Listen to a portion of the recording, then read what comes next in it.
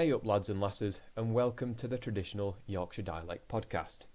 Disclaimer: this podcast is spoken in standard English. In today's podcast, we're going to be discussing the Yorkshire accent.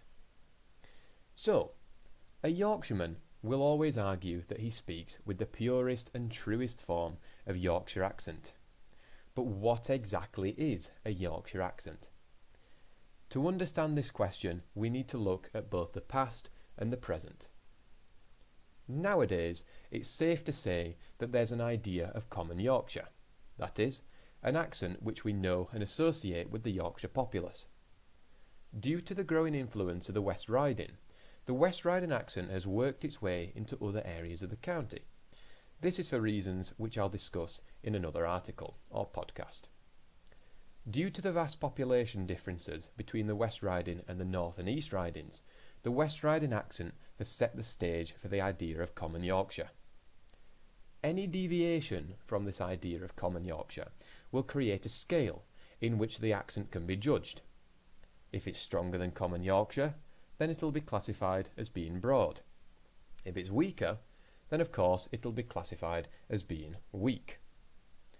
To get an idea of what common Yorkshire is, listen to the accents of Sean Bean and Jake Thackeray. The majority of Yorkshire English speakers use this scale subconsciously to judge a fellow Yorkshire person's accent, but in reality, how accurate is this scale? The answer is surprising. Not very. Now let's go back in time to further explore the idea of Yorkshire accents. Before the times of globalisation, each village in Yorkshire would have its own accent and dialect. Sometimes there are minor differences, and other times there are major differences. These accents and dialects can be grouped into three groupings: the North Riding, the East Riding, and the West Riding.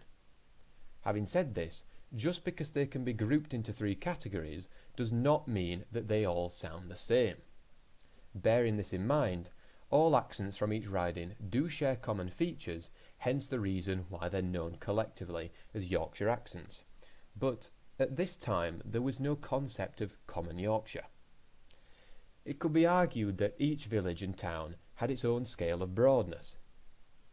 Bringing this idea into the modern day, it's far fairer when comparing the many accents of Yorkshire. Some of you will know how different the North and East Riding accents can be in comparison to the West Riding accents. Even the modern West Yorkshire and South Yorkshire accents contain many noticeable differences, and they're from the same riding. Nowadays, we see Barnsley as being one of, if not the broadest places in the whole county. Watch some classic clips from the film Kess to gain a better understanding of what I'm talking about.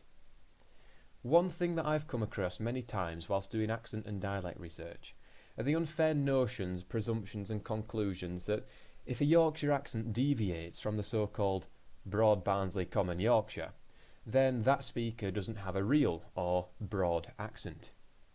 Like I said before, judging accents based on a local scale is something that we really need to take into consideration. I've seen many times before that people from the North and East Riding are accused of not being from Yorkshire, as their accents are quite different from that of the common West Riding accent.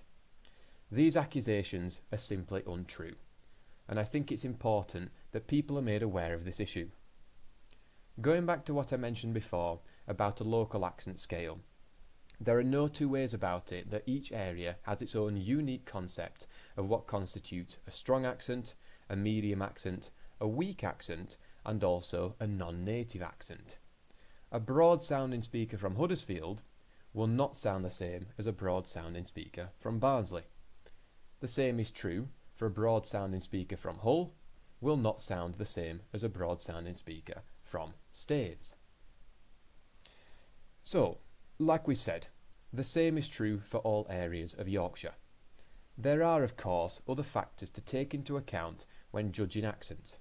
These include age, occupation, upbringing, and whether you grew up in a town or in the countryside.